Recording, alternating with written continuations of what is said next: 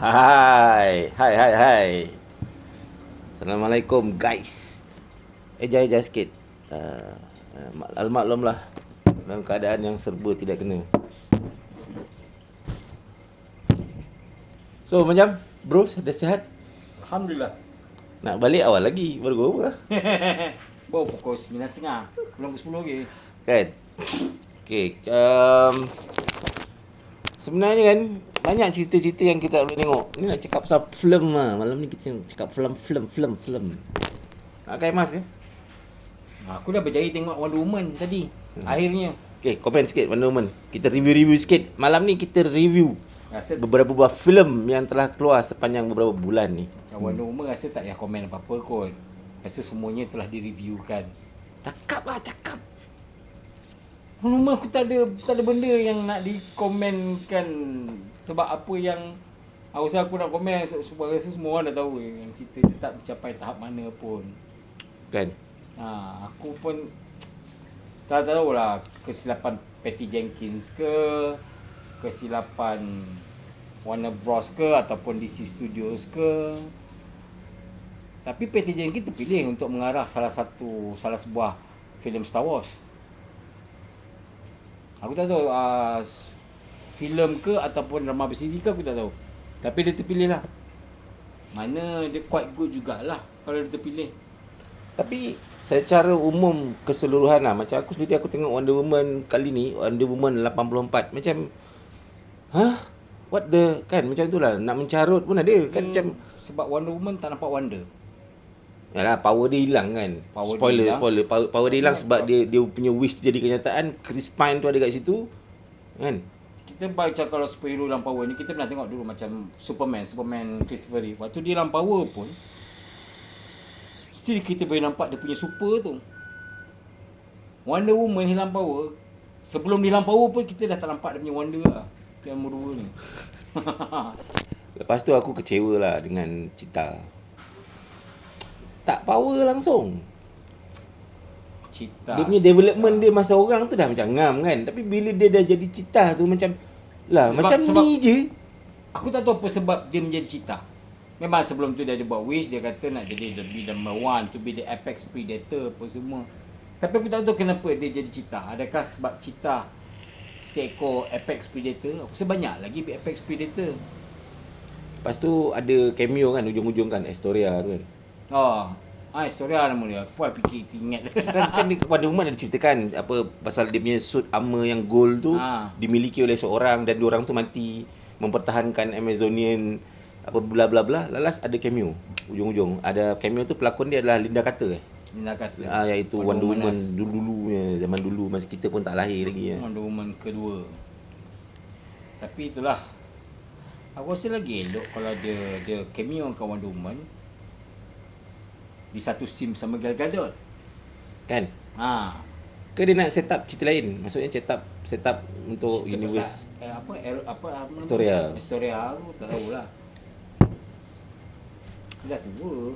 Tapi enough about Wonder Woman lah. Aku rasa dia punya rank dia kalau macam filem-filem DCEU kan, DC Extended Universe ni, macam aku personally favorite aku sampai sekarang tetap Man of Steel. Man of Steel yang Zack Snyder kan, yang mana dia yang start benda ni, dan pada aku garapan dia, lakonan dia, kejahatan dia, kenapa General Zod tu jadi macam tu apa semua, kita nampak tau. Dia macam DCU aku rasa DCU apa Man of Steel. Bagi aku dia lain daripada DCU punya cerita yang lain. Sebab aku rasa waktu DCU Nolan ada campur tangan. Dia producer kan. Dia producer. Dan ending sebelum keluar pun cerita Man of Steel dia dah tarik diri daripada DCU. Macam dia ada clash dengan eksekutif dari DC kot. Warner WB. Ben Affleck dulu pun tarik diri. Pada aku tu DCEU punya filem yang aku paling kan, dia lain dari yang lain lah. And then lepas tu Wonder Woman yang pertama itu aku consider yang among the best juga. Quite good lah. Lepas tu yang lain-lain tu tak sampai lah pada aku. Macam kau minum, macam kau hisap vape kan, flavor tak ada. So, kalau DCU aku ratingkan daripada Man of Steel, Wonder Woman, Aquaman, Wonder Woman. Aquaman okey. Suicide Squad yang first. Suicide Squad yang kedua ni macam mana agak-agak? Yang Belum keluar lagi kan? Belum keluar lagi. James Gunn. James Gunn kita tahu dia pengarah yang bagus. Jadi dia dari zaman Slither lagi. Kalau cerita dia Suicide Squad ni tak menjadi juga, something wrong somewhere lah. Dengan The Warner Brothers kan? Dengan Warner Bros ke Dengan DC ke. Sebab dia macam tahulah. Ni aku punya resolusi. Aku punya conclusion bila tengok dan membandingkan antara DC dengan Marvel DCEU dengan MCU, Marvel Cinematic Universe dengan DC Extended Universe. Pada aku Marvel ni dia pandai adjust tau. Maksudnya superheroes diorang tu duduk dalam realiti dunia sebenar sekarang. Kan? Ada penjelasan logik terhadap superpower dia orang. Kalau macam contohnya Thor tu adalah seorang ke alien dari planet lain. Jadi dia ada power dia yang Thor pun kata dekat dunia kau panggil magic, kat dunia aku orang panggil science. Kau terbalik. Kat dunia kau orang panggil science. Aku suka yang Thor tu dia cara dia apa? Dia explain pasal Thor tu dia bukan, kan kita tahu okey kalau ikutkan dia apa daripada Greek mythology Norse mythology. Mengatakan macam diorang ni god apa semua, tapi di dalam cerita Thor mengatakan diorang ni hanyalah makhluk asing yang datang turun kat bumi dulu menolong manusia. Zaman-zaman dulu kan. Tapi sebabkan kehebatan, diorang ada kekuatan apa semua, jadi diorang diangkat menjadi kononnya macam dewa turun ke langit. Itu Marvel. Tapi dalam DC dia masih lagi ada dewa, dewi, ada pengkuasaan, keluar power, super power yang tak boleh nak explain menggunakan logik akal dan macam mana lah. Macam terlalu komik sangat lah kalau DC ni. Kalau yang Marvel ni dia dah macam real kan. Macam ada badan-badan macam Shield tu, badan dunia apa semua. Dia masih nak mengekalkan dengan comic style punya apa. Tapi kadang-kadang comic style ni tak semestinya 100% best bila di live action kan. Okay, Wonder Woman. Apa lagi movie bagus yang keluar beberapa bulan ni? Paling baru aku tengok Host Tu cerita pasal apa? HOST. Cerita pasal Cerita Amerika ke mana? US. Hollywood lah? US. Diarahkan oleh Rob Savage. Rob Savage ni adalah the top dengan dia punya short horror film dan pernah menang dengan satu short horror film dia tajuk Sit in Silence. Dia mengarah cerita ni tak lama, 56 minit saja. Dia berkisahkan pasal 5 orang perempuan di zaman PKP ni yang tak boleh jumpa buat Zoom. Lepas tu jemput seorang macam orang kata perantara, main spirit of the Coin. Dia berkurang lah, menyuruh jadi something wrong, jadi diorang pun di-attack oleh entiti yang diseru tu. Serius best. 56 minit cukup. Tak sampai sejam pun Tak sampai sejam pun. Aku belum tengok lagi cerita tu. Dah tengok. Cukup, dia punya rasa tu cukup. Dia macam Unfriended, tapi bagi aku dia lagi sedap sikit pada Unfriended. Cerita simple ni, mengedap kamera. Tapi suspend. Kau tak tahu apa benda yang berlaku.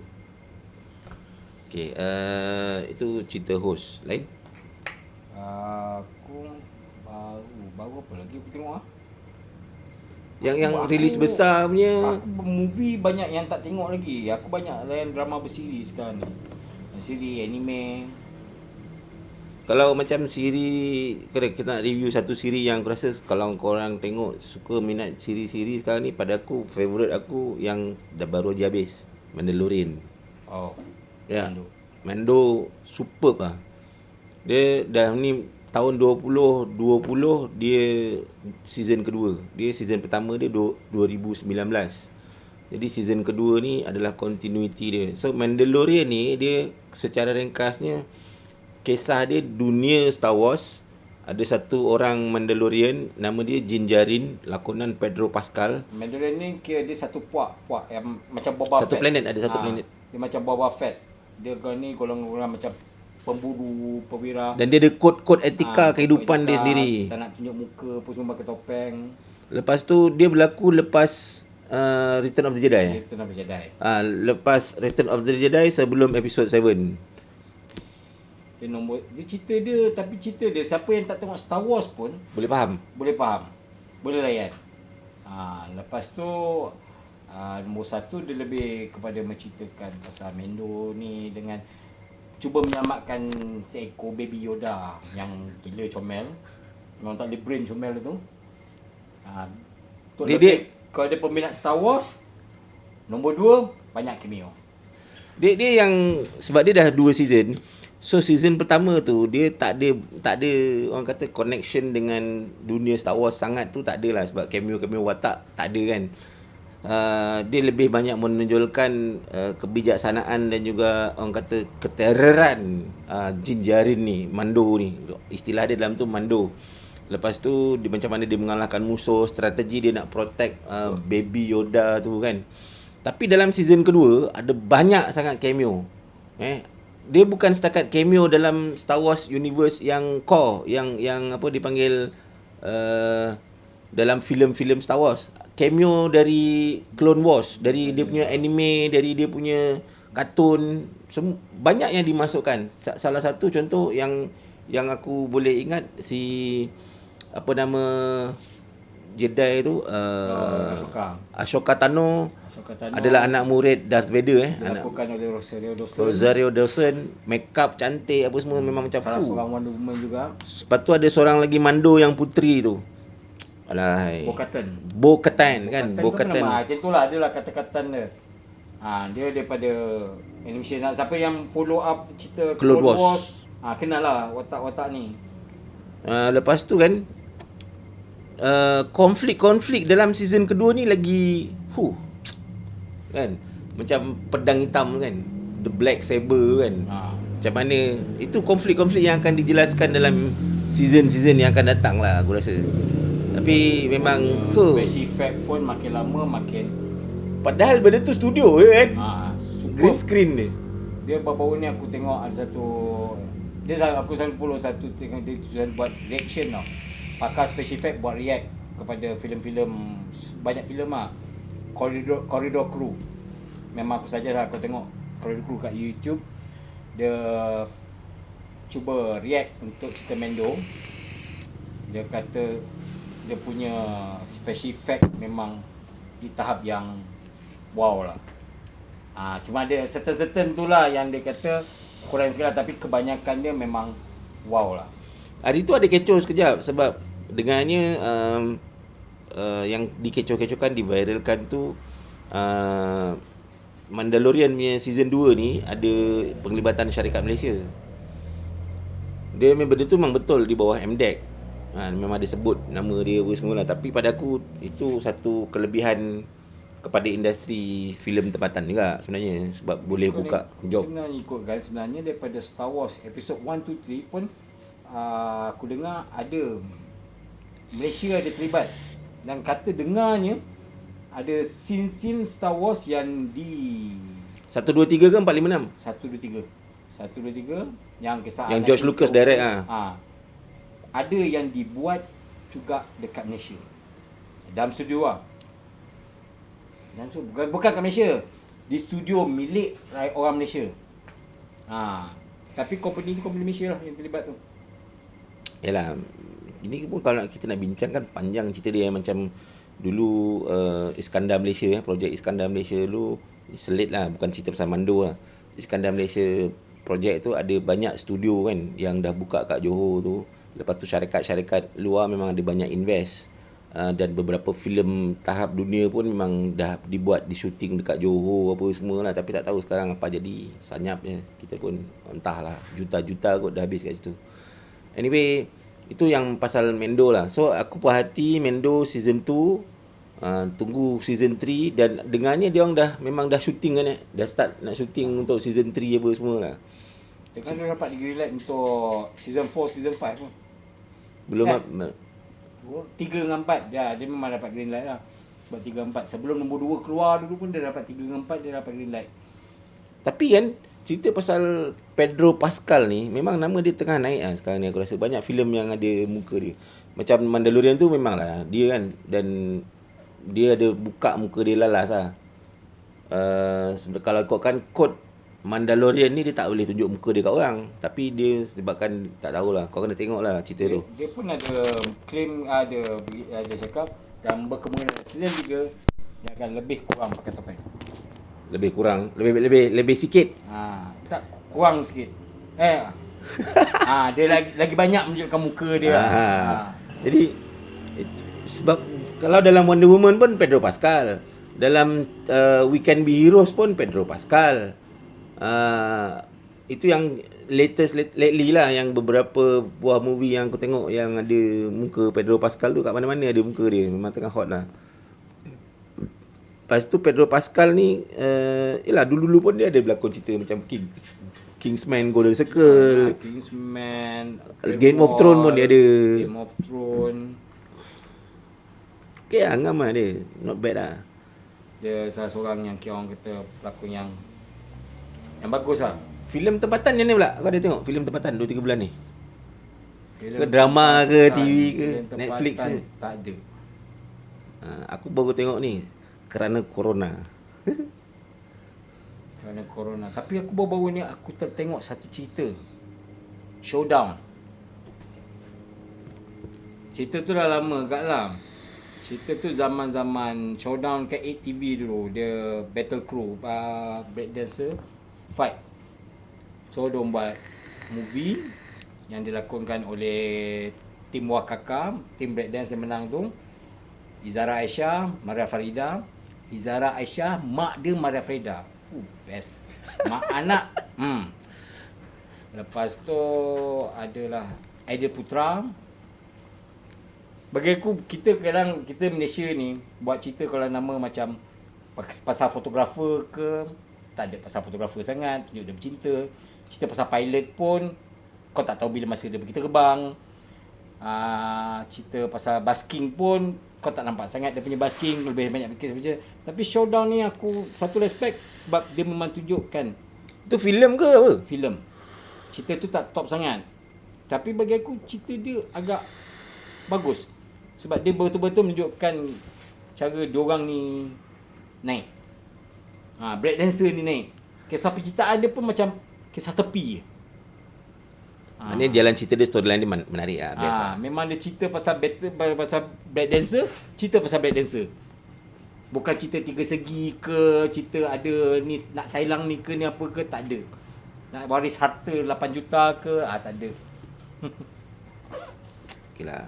Ya, kadang-kadang kita dalam keadaan dunia semenjak 2020, sekarang 2021, korang pun semua tahu, aku tak nak sebut, kita dah banyak berubah kan. Jadi antara masa-masa lapang kita kena isi tu kebanyakannya tengok filem, tengok TV, siri TV kan, subscribe pada Netflix, subscribe pada mana-mana channel yang korang suka kan. Terpulang lah, ada cara halal, ada cara tak halal kan, itu hak masing-masing. Kan? Sendiri makan sendiri simpan. Sendiri makan sendiri simpan, tak nak cakap apa-apa. Cuma baru-baru ni sebabkan anak-anak pun duduk kat rumah, aku ajar anak-anak aku sekarang ni tengok filem klasik Melayu. Baru 2-3 hari lepas aku ajar dia orang tengok. Kalau tak dia orang asyik tengok kartun kan. Kalau tak dia orang asyik tengok cerita apa ni, YouTube, search cerita-cerita yang apa orang kata kontroversi lah itu. Budak-budak kan nak cakap apa. So aku ajar connect aku punya laptop dengan TV, ataupun kadang-kadang aku stream dari handphone aku. Tengok lain cerita Piramli lah. Dah 2 cerita setakat ni aku tengok satu family. Satu cerita Seniman Bujang Lapuk, satu lagi malam tadi baru habis tengok cerita Tiga Abdul. Berdekah budak-budak tengok. Sebab apa? Bahasa dia orang kan. Bahasa filem zaman tu kan. Kecil tak nak mampus, dah besar menyusahkan orang. Lagi satu kan, kita Malaysia ni kita tak up balik tau. Cerita-cerita yang zaman 70-an, zaman 80-an, zaman Jim Samsudin, zaman apa? Tiada esok bagimu. Esok untuk siapa? Esok untuk siapa. Lepas tu zaman-zaman Mr. Oz, zaman-zaman Badul. Aku cakap kalau kau keluarkan balik. Dulu Aku pernah sekali aku tengok hari Jumaat, dia buat petang. Tapi kalau dia pilih satu malam macam hari Ahad ke hari Isnin ke, untuk siarkan balik cerita-cerita zaman ni, aku rasa bagus. Cerita Mr. Oz, cerita okey, Tujuh Biang Keladi, Dadidu. Ha. Itu Dadidu pun tengok dekat kedai. Ramai gila menjadi satu Memori. menggamit memori tau. Menggamit memori. Aku berharaplah syarikat-syarikat TV korang keluarkan balik cerita-cerita macam ni. Kita appreciate. Kata nak sokong industri tempatan. Sokong industri tempatan, memanglah sokong. Kita orang pun sokong industri tempatan, tapi tengok cerita lama lah. Tak payahlah nak balik ulang Bukit Kepung. Bukan aku kata Bukit Kepung tak sedap, Bukit Kepung memang sedap. Tapi janganlah dia ulang balik Bukit Kepung. Dah overdue lah benda tu kan. Banyak lagi sebenarnya mutiara-mutiara yang kita tak nampak dalam industri filem kita. Kalau takkanlah sampai cerita Piramli dulu-dulu, ingat tak? Sampai sekarang ada beberapa buah filem dia yang memang dah tak boleh tengok lah. Macam Sitora Harimau Jadian kan. Hilang. Sabrin Tukang Kasut. Hilang macam tu. Sabrin Tukang Kasut, Sabrin Tukang Kasut dia dengarnya dia sebab orang kata tahyul lah, sebab dia menimpa orang tu. Tapi boleh, still boleh diapakan lagi. Alah, banyak je cerita-cerita yang macam tu. Okey. Harap keluar orang balik 70, 80s, 90s punya cerita Melayu. Ada 20 minit dah. Okey, last sebelum aku tutup. Beberapa bulan lagi mungkin akan berakhir kita punya kesengsaraan ni pun, ataupun tak berakhir kita pun tak tahu. Tapi apakah expectation kau untuk movie-movie, filem-filem yang akan datang tahun 2021 ni? Boleh tengok sama ada tengok kat rumah ataupun tengok di dalam sinema Pangwayang. Tak dapat nak komen apa lah dengan benda masih belum ada penyelesaian ni. Jadi tak tahu, aku nak pergi tengok wayang pun memang rindu nak pergi tengok wayang. Tapi betul, rindu. Rasa takut nak pergi tengok wayang tu pun ada. Tapi sinema pun tutup sekarang, tak boleh tengok. Sinema pun tutup. Jadi apa yang keluar dekat Netflix, apa yang keluar dekat Astro ke apa ke, tak tu aku tak ada masa sekarang ni aku tak ada harapan apa-apa sangat lagi. Antara filem yang kau tunggu-tunggu tahun ni, setakat ini. Setakat ni aku tunggu James Bond lah. James Bond. Kingsman punya prequel tu. Kingsman punya prequel. Lepas tu Fast and Furious baru. Mobius. Tapi dia delay lagi kan. Banyak yang delay. Macam aku tunggu Godzilla vs Kong. Trailer dia gempak. Biasalah cerita macam tu, trailer kadang-kadang. Aku berharap lah tiba-tiba muncul Ultraman dan cerita. Oh memang legend dia. Tak pun Pacific Rim ke tiba-tiba keluar kat situ. Cuma dia Toro dah kata. Dah cakap dah. Dah ada hint kan. Mungkin dia tak masukkan Pacific Rim sebab dulu pun Pacific Rim sebenarnya dia nak buat cerita Ultraman. Tak dapat hak cipta je. Yalah, dia buat sendiri kan. Jaeger dia kan. Kalau dapat masuk Ultraman. Gila lah. Okay guys, itulah tadi sembang-sembang, borak-borak, bosan-bosan. Sebenarnya tak tahu benda. Aku pun ni ad hoc je ni, tak ada setup, tak ada apa, main record je kan. Spontan, idea spontan. Banyak lagi. Seronok sebenarnya nak bicara benda-benda ni kalau kita boleh berkongsi dengan audience yang betul kan.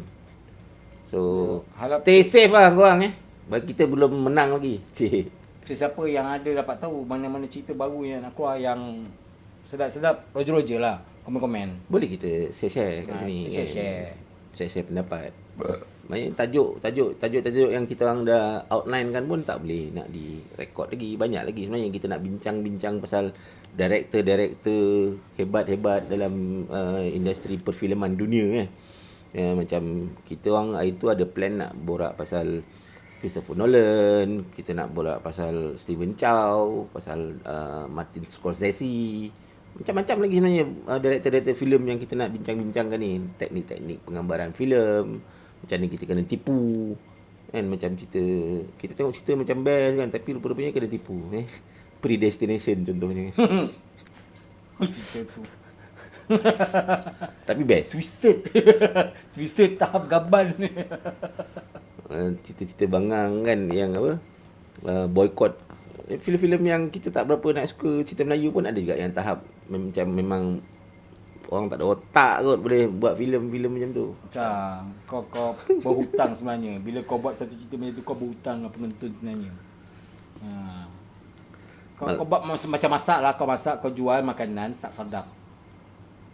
Buat marah orang. Tak. Orang dah lah belajar nak tengok filem tu. Rezeki nak buat makan. Okay guys, nanti kita jumpa lagi, kita record lagi benda-benda ad hoc macam ni kan. Sekarang ni pukul berapa jam? Pukul 9, nak dekat pukul 10 dah. Kedai pun dah tutup. Kita pun nak balik sebelum polis datang. Okay, bye. Patuh SOP. Assalamualaikum.